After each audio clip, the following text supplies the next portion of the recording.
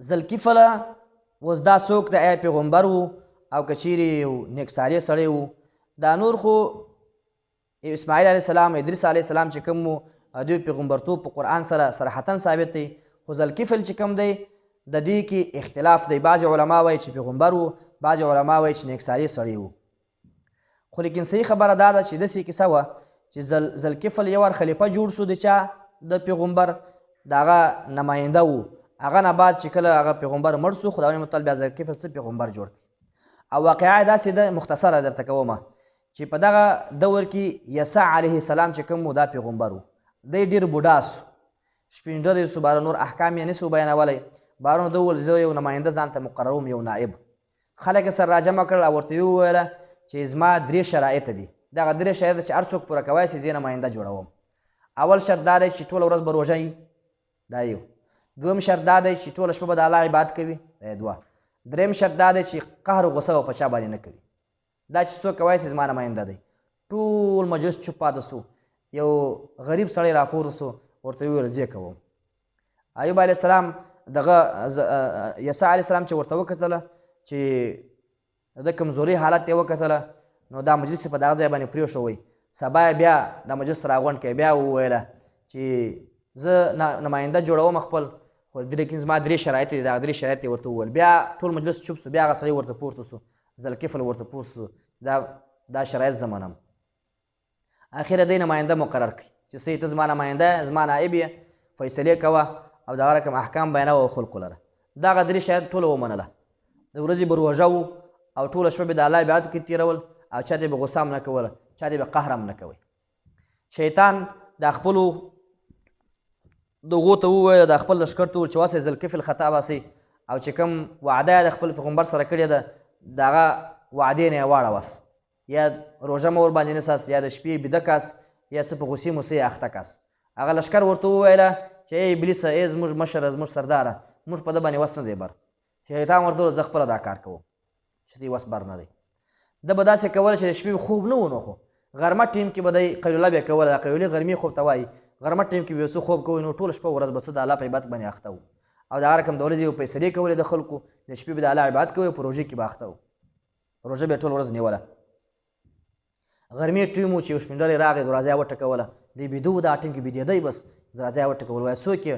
ده وویل یو بوډا غریب سړی یم او ما باندې دا کښېنستی ورته شیطان چې زما باندې دا خلک دا زما کوم تربوران چې کوم دي ناجایزه کوي. هو خبرې اوږده کړل تر دې پورې چې هغه قیلولي ټیم ختم سو. غرمې ټیم ذوالکفل چې کوم و دا غرمې ټیم کې خوب ونه کوي. ده ورته وویل زه ولاړ شه، ته ولاړ شه، هغه چې کوم د مجلس ځای دی، چې کوم د عدل او د انصاف ځای چې کوم دی، هلته زه درځم خپل مجلس ته، هلته انتظار کوه، زه به ستاسې څه وکړم، فیصله وکړم. دی چې کله مثال په طور دی هغه بوډا چې ولاړی شیطان، دی چې مثال په طور ماپښین سو، ورووتی یا خپل عدل او انصاف ځای ته چې کوم ځای فیصلې کوي هلته کښېنستی. اوس نو انتظار کوي چې اوس به بوډا راځي چې رابسي هغه خپل تربوران به هم راولي، زه فیصله وکړم د دوی په عدل او انصاف سره. خو رانغی، انتظار یې وکړئ رانغی. سبا چې سو بیا 8 بجې 9 بجې چې خپل په سرکاري ډیوټي باندې کښېنستی ذوالکفل، بیا انتظار وکړئ رانغی. غرمه ټیم سو. اوس نو دغه ورځ په دغه شپې خو هم خوب نه و کړی، په دغه ورځ هم شیطان خوب ته پوره نه شوی. د شپې هم ټول عبادت وکړئ. و سهار هم بیا رانغی. و سبا غرمه بیا بیدېږي. اوس نو 2 شپې یو ورځ یې خوب نه دی کړی ذوالکفل. اوس نو لیونی دی خوب ته غرمې ټیم و چې بیدېدی. دغه ټیم کې چې بیدېدی بیا دغه ورته راغی، شیطان ورته راغی. بیا دروازه ورته څوک یې؟ بوډا یم. ته ولې رانلې؟ پرون هم ما ستا انتظار وکړئ، نن هم سهار ما ستا انتظار وکړئ، ته رانلې؟ هغه ورته وویل، بوډا ورته وویله شیطان، نو زه چې کله خپل قوم ته ورغلم، خپل تربورانو ته ورغلم چې ما دا واقعه ورته بیان کړل، زه ذوالکفل ته ورغلم، هغو راته وویل چې بس موږ ستا حق درکوو، چې ستا حق درکوو وایي ما سره چل وکړئ. ما ویل صحیح ده، خو ته چې کله سرکاري ډیوټي نه پورته سولې کور ته ولاړې بیا راته وویل موږ ستا حق نه درکوو. دا خبرې شروع کړې. غرمه خو یې بیا ځینې پرېښوی. اوس نو ده په دې کې دغه چل دی چې دلته به خو د ورځې خوب هم ونه کړي، د شپې به یو څه خوب وکړي چې هغه د کوم د پیغمبر سره چې کوم وعده کړې ده، دا یو. او بل دا چې دا بار خبرې ورته کوي چې یو څه غصه راته وکړي، څه اوس دا غرمې ټیم کې را روان یې، ما هلته پرون انتظار راته وکړې رانلې، سهار مې انتظار راته وکړې رانلې، اوس د غرمې خوب کې ما ته روان دروازې ټکای راته، اوس غصه ورباندې کوي. بیا ورته ویل ځه ته ولاړ شه، زه درځم، هلته کښېنه، خپل تربوران راوله. بیا چې کله ورغی بیا نسته بوډا، ماپښین بیا انتظار وکړئ، نسته بوډا. سهار بیا انتظار وکړي چې بوډا رانغی. دا 2 ورځو 2 شپې خوب نه کوي. بیا چې کله غرمه سو خپل اهل ته وویله، خپل چې کوم کور والا خلک وو چې دروازې ته ودرېږي، څوک دروازه ونه ټکوي، بیخي خوب لیونی کړی څوک دروازه ټکوي منع یې کړه مې ټکوه دروازه. او دی چې بېدېدی په دغه ټیم کې بیا هغه بوډا راغی.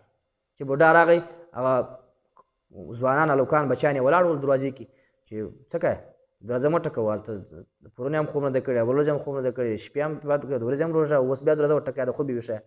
خو بهرنو منع یې کړه چې منع یې کوي دی خو شیطان و، بهرنو شکل یې داسې بل شکل جوړ کړي دروازې نه بغیر په یو بل سوري ورننوتی. چې ورننوتی دروازه ورته وټکوله، د دې خوا دروازه ورته وټکول، دی راویښ کړه.